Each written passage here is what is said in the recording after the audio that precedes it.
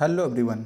आज के इस वीडियो में हम लोग बात करेंगे परफेक्ट कंपटीशन की, पूर्ण प्रतियोगिता की।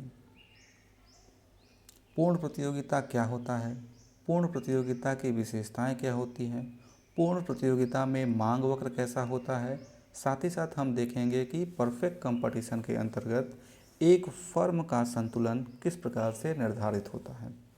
तो सबसे पहले हम लोग बात करते हैं परफेक्ट कंपटीशन की या पूर्ण प्रतियोगिता की। तो पूर्ण प्रतियोगिता एक ऐसी बाजार स्थिति है जिसमें क्रेताओं और विक्रेताओं की संख्या बहुत ज़्यादा होती है, वस्तु समरूप होती है और एक दी हुई कीमत पर सभी क्रेता और विक्रेता इसमें ट्रांजैक्शन करते हैं।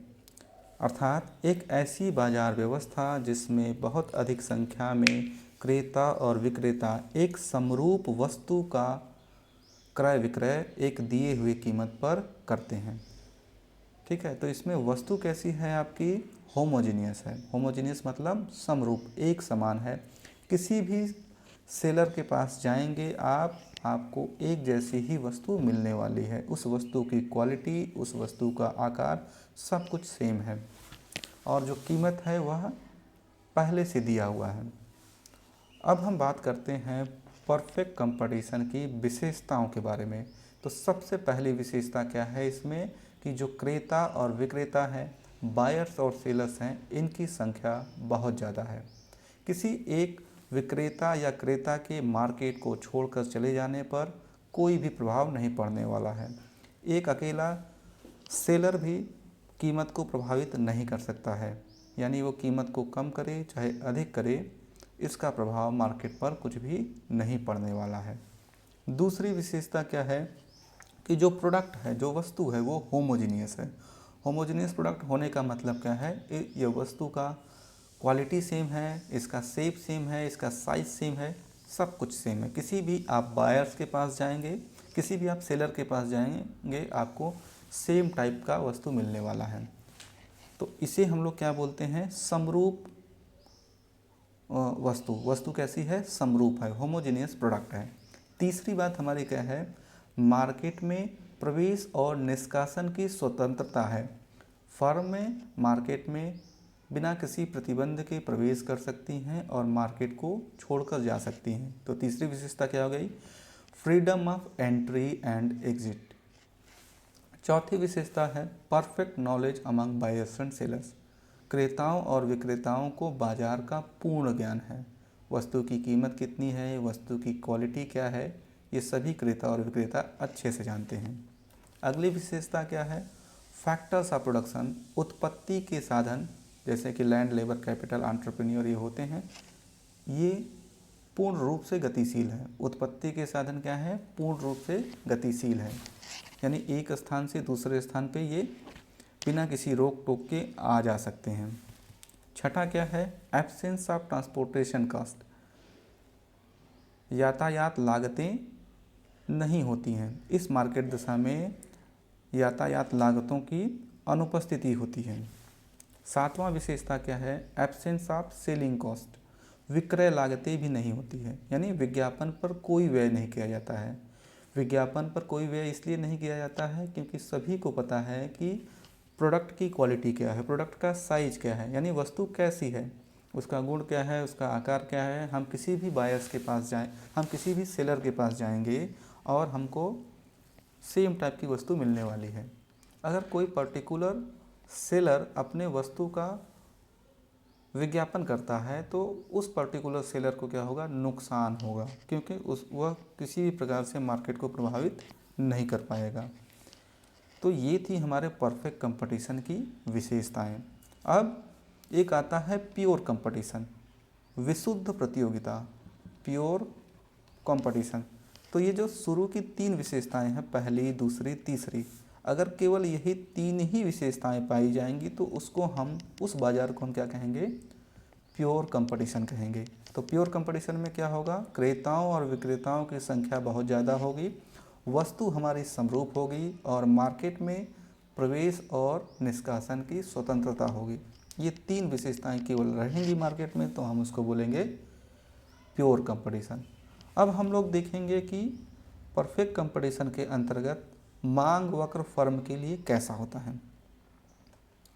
तो परफेक्ट कंपटीशन में कोई भी जो फर्म होती है वो क्या होती है, वह कीमत डिसाइड नहीं कर सकती है, वह प्राइस टेकर होती है, प्राइस मेकर नहीं होती है। यानी कीमत निर्माता नहीं होती है, कीमत उसके लिए दिया होता है। तो एक बात आपको यहाँ समझना होगा कि फ़र्म क्या होता है।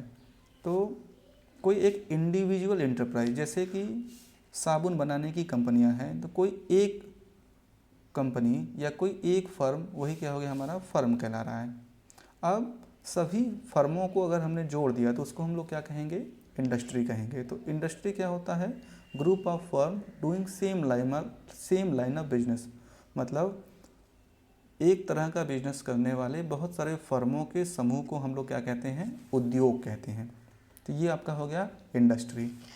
तो आपको ये जानना पड़ेगा। तो इंडस्ट्री में क्या होता है, बहुत सारी फर्मों का एक समूह होता है जो कि सेम लाइन ऑफ बिजनेस करते हैं। अब परफेक्ट कंपटीशन में हम जानते हैं कि कोई भी फर्म अकेले कीमत को निर्धारित नहीं कर सकती है। यानी इतनी ज़्यादा डिमांड होती है, किसी एक पर्टिकुलर फर्म के द्वारा वो डिमांड पूरी नहीं की जा सकती है। पूर्ण प्रतियोगिता के अंतर्गत जो कीमत है वो किसके द्वारा डिसाइड की जा रही है, वह इंडस्ट्री के द्वारा डिसाइड की जा रही है।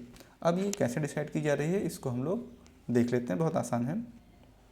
तो देखिए, determination of price are demand curve under perfect competition. हम यहाँ क्या देखेंगे कि पूर्ण प्रतियोगिता के अंतर्गत एक फर्म का मांग वक्र या कीमत किस प्रकार से दिया होता है। तो देखिए, जो मांग वक्र है या कीमत होती है वह मार्केट डिमांड और मार्केट सप्लाई पर डिपेंड करती है, बाज़ार मांग और बाज़ार पूर्ति पर निर्भर करती है। तो किसी इंडस्ट्री के लिए अगर हम बात करें, इंडस्ट्री मतलब जिसमें बहुत सारी फर्मों का एक समूह है। तो यहाँ पे क्या हो रहा है, ये हमारा एक्स एक्सिस है और ये हमारा वाई एक्सिस है। एक्स एक्सिस पे हमने क्या दिखाया है, कीमत को दिखाया है, सॉरी वाई एक्सिस पे हमने कीमत को दिखाया है और एक्स एक्सिस पे हमने किसको दिखाया है, मांग को दिखाया है। तो सिंपली हम जानते हैं कि कीमत और मांग के बीच में कैसा रिलेशन होता है, नेगेटिव रिलेशन होता है, यानी डाउनवर्ड स्लोपिंग होता है, ऊपर से नीचे गिरता होता है। तो ये हमारा क्या हो गया, मार्केट की मांग हो गई। यानी मार्केट में या इंडस्ट्री में डिमांड कितनी है वो हमारा ये डायग्राम बता रहा है। इसी प्रकार से सप्लाई हमारे इंडस्ट्री में कैसे पता चलेगी, एक्स एक्सिस पे हमने सप्लाई को दिखाया और वाई एक्सिस पे हमने क्या दिखाया है, प्राइस को दिखाया है। प्राइस और सप्लाई के बीच में जो रिलेशन होता है वो कैसा होता है, पॉजिटिव रिलेशन होता है। यानी कि प्राइस बढ़ेगी तो सप्लाई भी हमारा क्या होगा, बढ़ेगा, और प्राइस घटेगा तो सप्लाई भी घटेगा। तो रिलेशन कैसा आ गया यहाँ पे, पॉजिटिव रिलेशन आ गया। तो ये हो गया हमारा सप्लाई कर्व और ये हो गया हमारा डिमांड कर्व। लेकिन कीमत का निर्धारण कैसे होगा, तो यानी डिमांड में क्या हो रहा है कि प्राइस अगर घटेगा तो डिमांड बढ़ेगा और प्राइस बढ़ेगा तो डिमांड हमारा घटेगा। ये सिंपल लॉ ऑफ डिमांड है। यहाँ नेगेटिव रिलेशन है, यहाँ पे क्या है, पॉजिटिव रिलेशन। अब हम क्या करेंगे, इन दोनों डायग्राम को एक साथ बनाएंगे और जहाँ पे ये मांग वक्र और पूर्ति वक्र एक दूसरे को इंटरसेक्ट करेंगे, एक दूसरे को काटेंगे, वहीं पर कीमत और मात्रा का निर्धारण हो जाएगा। तो ये देखिए हमारा प्राइस हो गया और एक्स एक्सिस पे डिमांड और सप्लाई दोनों है। ये हमारी डिमांड कर्व, ये हमारी सप्लाई कर्व, ये एक दूसरे को इस पॉइंट ई पर, इस बिंदु का नाम रख देते हैं हम लोग ई बिंदु, इस ई बिंदु पर इंटरसेक्ट कर रहे हैं। तो ये हमारी हो गई इंडस्ट्री की प्राइस, ओपी प्राइस, और ओएम मात्रा। इंडस्ट्री में ओपी कीमत पर ओएम मात्रा की मांग एवं पूर्ति हो रही है। अब किसी पर्टिकुलर फर्म के लिए इसी कीमत पर, ये जो कीमत है, इसी कीमत पर कोई फर्म जितनी चाहे उतनी मात्रा बना के बेच सकता है। तो यहाँ देखिए, ये हम फर्म के लिए बना रहे हैं, ये फर्म के लिए मांग वक्र बना रहे हैं। तो ये हमारा क्या हो गया, एक्स एक्सिस, ये वाई एक्सिस, इधर प्राइस हो गया और यही हमारा क्या हो गया, मांग वक्र हो गया, डिमांड कर्व हो गया। तो जो डिमांड कर्व होता है उसे हम लोग क्या कहते हैं, AR वक्र कहते हैं। AR वक्र मतलब एवरेज रेवेन्यू कर्व, औसत आगम वक्र ही क्या है हमारा है, मांग वक्र, जिसके बारे में हमने पहले ही देखा हुआ है। और यही हमारा क्या होता है, कीमत के बराबर होता है।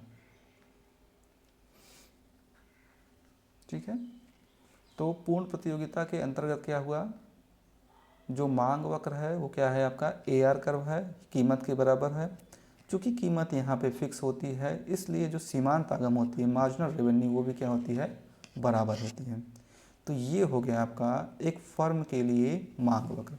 इस मांग वक्र पर फर्म जितनी चाहे उतनी वस्तुएं बना के बेच सकता है। तो ये आपको याद रखना पड़ेगा कि पूर्ण प्रतियोगिता के अंतर्गत जो मांग होती है वह एक्स अक्ष के समांतर होती है। एक बार फिर से हम लोग इसको देख लेते हैं। देखिए ये हमारा क्या है, वाई एक्सिस पे हमने प्राइस को दिखाया है, और एक्स एक्सिस पे हमने क्या दिखाया है, उत्पादन को दिखाया है या आउटपुट को दिखाया है। कीमत हमारी ओपी दी हुई है, ओपी कीमत इंडस्ट्री के द्वारा तय की गई है, यही फर्म की मांग वक्र है। ठीक है, यानी यही हमारा कीमत डिसाइड हो गया, यही मांग वक्र है, यानी यही औसत आगम वक्र है, और ये औसत आगम वक्र और सीमांत आगम वक्र दोनों बराबर होते हैं।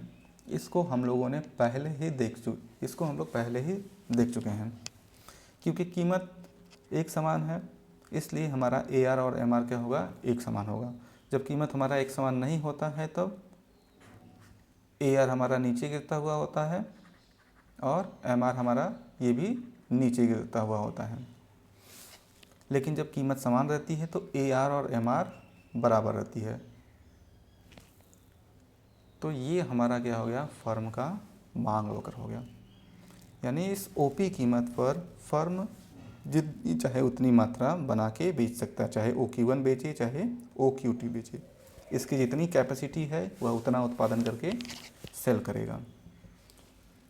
तो क्या कह रहा है भाई, under perfect competition there is large number of buyers and sellers selling a homogeneous product at a fixed price by the market. यानी पूर्ण प्रतियोगिता के अंतर्गत क्रेताओं और विक्रेताओं की बहुत अधिक संख्या होती है, और ये होमोजीनियस प्रोडक्ट एक दिए हुए कीमत पर बाज़ार में बेचते हैं। और ये जो कीमत डिसाइड कौन कर रहा है, वो मार्केट डिसाइड कर रहा है या इंडस्ट्री डिसाइड कर रही है। इस प्रकार हम कहते हैं कि जो फर्में होती है यहाँ पे क्या होती हैं, प्राइस टेकर होती हैं, कीमत स्वीकार करने वाली होती हैं, न कि कीमत बनाने वाली होती हैं। प्राइस टेकर होती हैं, प्राइस मेकर नहीं होती हैं। और ये जो डिमांड कर्व आप देख रहे हैं एक्स अक्ष के समांतर, इसी को हम लोग क्या बोलते हैं, परफेक्टली इलास्टिक डिमांड कर्व, पूर्णतया लोचदार वक्र बोलते हैं। इस पूर्णतया लोचदार वक्र की जो खासियत होती है कि यहाँ पे जो मांग की लोच होती है वो क्या होती है, अनंत होती है।